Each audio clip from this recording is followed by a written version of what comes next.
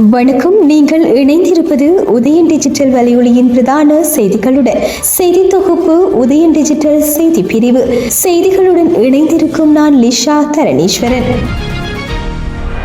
இந்திய கடற்றொழிலாளர்களின் அத்துமீறல்களை தடுக்க நடவடிக்கை எடுக்க கோரி ஜாழ் நகரில் போராட்டம் ஒன்றை இன்று தீவக கடற்றொழில் அமைப்பு முன்னெடுத்தது. தீவக கடற்றொழில் அமைப்புகளான மண்டைதீவு, நெடுந்தீவு, நைனாதீவு, எழுவைதீவு, வேலணை மற்றும் புங்குடுதீவு உள்ளிட்ட கடற்றொழில் அமைப்புகள் ஒன்றிணைந்து போராட்டத்தை முன்னெடுத்தனர். ஜாழ்ப்பாணம் பண்ணையில் உள்ள கடல்வள நீரியல் திணைக்களம் முன்பாக ஆரம்பமான இந்த போராட்டம் இந்திய துணை தூதரகத்திற்கு சென்று அங்கிருந்து வடமாகாண ஆளுநர் அலுவலகம் வரை ஊர்வலமாக சென்றது. போராட்டத்தில் ஈடுபட்ட கடற்றொழிலாளர்களினால் நீரியல் வளத்துறை அலுவலகம், இந்திய துணை தூதரகம் மற்றும் வடமாகாண ஆளுநர் அலுவலகத்தில் மனு ஒன்றும் கையளிக்கப்பட்டமை குறிப்பிடத்தக்கது.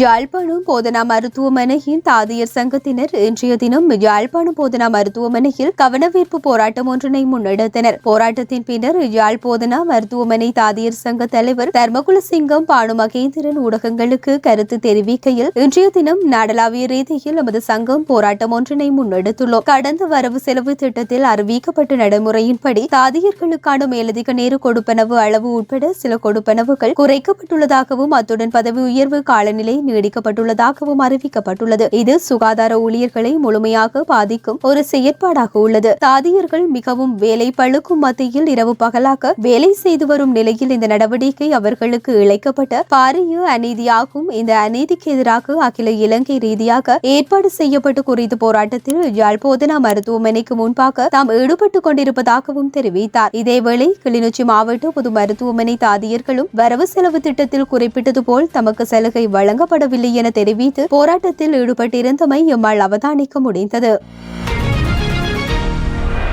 நாடாளுமன்றத்தின் அரசியல் அமைப்பு அலுவல்கள் குழுவின் உறுப்பினராக நாடாளுமன்ற உறுப்பினர் ப. சத்தியலிங்கம் நியமிக்கப்பட்டுள்ளார். இலங்கை நாடாளுமன்றத்தின் அரசியல் அமைப்பு அலுவல்கள் பற்றிய விடயங்களை கையாள்வதற்கான குழு உறுப்பினராக இவர் சபாநாயகர் ஜெகத் விக்ரமரத்னவினால் நியமிக்கப்பட்டுள்ளார். சபாநாயகரை தவிசாளராக கொண்ட குறித்த குழுவில் பிரதமர் கரணி அமரசூரிய, சபை முதல்வரும் அமைச்சருமான பிமல் ரத்நாயக்க, எதிர்க்கட்சித் தலைவர் சஜித் பிரேமதாஸ் மற்றும் நாடாளுமன்ற உறுப்பினர்கள் ஆகிய மருத்துவர் பத்மநாதன் சத்தியலிங்கம், சட்டத்தரணி ஹர்சன நாணயக்கார், மருத்துவர் நிகால் அபேசிங் ஆகியோர் உறுப்பினர்களாக நியமிக்கப்பட்டுள்ளமை குறிப்பிடத்தக்கது.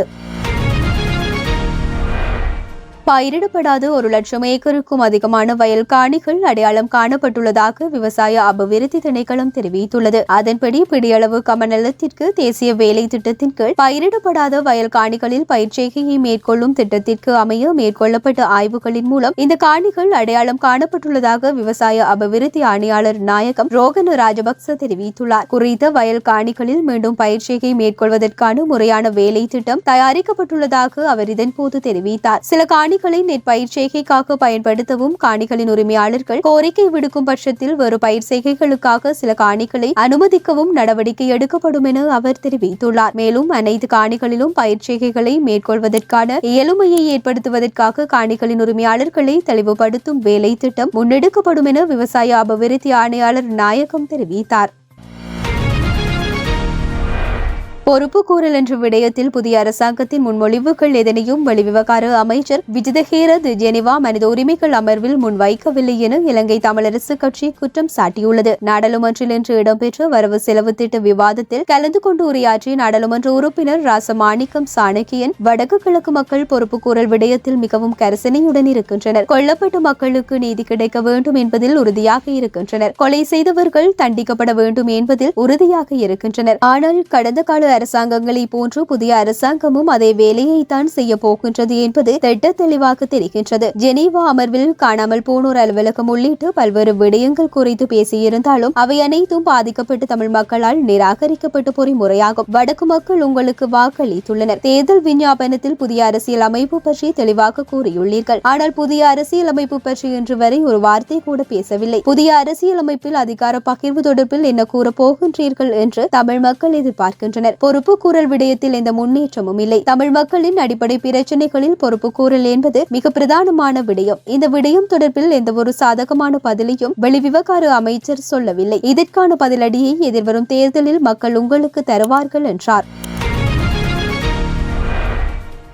முன்னாள் ஜனாதிபதிகள் வெளிநாட்டு பயணங்களுக்காக செலவிடப்பட்ட பணம் குறைத்து பிரதமர் விசேட அறிவிப்பை வெளியிட்டுள்ளார். இன்று நடைபெற்ற நாடாளுமன்ற அமர்வின் போதே அவர் இது தொடர்பான தகவல்களை வெளியிட்டார். அதன்படி கடந்த 2010 ஆண்டு முதல் 2014 வரையிலான காலப்பகுதியில் மஹிந்த ராஜபக்ச 3572 மில்லியன் ரூபாவினையும், மைத்ரிபால சிறிசேன 2015 ஆண்டு முதல் 2019 வரை 384 மில்லியன் ரூபாவினையும், கோட்டாபய ராஜபக்ச 2020 ஆண்டு முதல் 2022 வரை 126 மில்லியன் ரூபாவினையும், ரணில் விக்ரமசிங்க 2023 ஆண்டு முதல் 2024 ஆண்டுக்கு இடைப்பட்ட காலப்பகுதியில் 533 மில்லியன் ரூபாவினையும், அனுரகுமார திசநாயக்க கடந்த செப்டம்பர் மாதம் முதல் 2025 பிப்ரவரி வரை 1.8 மில்லியன் ரூபாவினையும் செலவு செய்துள்ளதாக தெரிவித்தார். குறிப்பாக ஜனாதிபதி மஹிந்த ராஜபக்சவால் கடந்த 2013 ஆண்டு அதிக செலவு செய்யப்பட்டுள்ளதாகவும் இது 1144 மில்லியன் ரூபாய் எனவும் பிரதமர் தெரிவித்தமை சுட்டிக்காட்டத்தக்கது.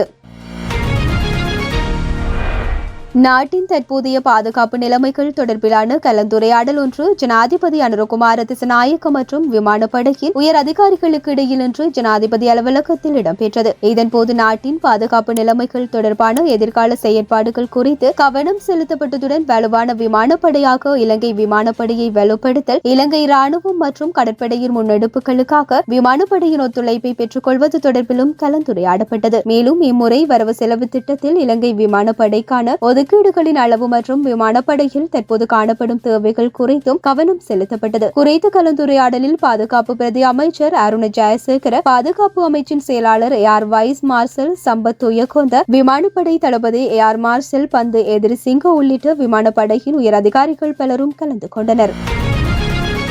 இத்துடன் உதயம் டிஜிட்டல் வலையொலியின் இரவு நேர பிரதான செய்திகள் நிறைவடைகின்றன. தொடர்ந்தும் நாளை காலை நேர பிரதான செய்திகளுடன் இணைந்திருங்கள். வணக்கம்.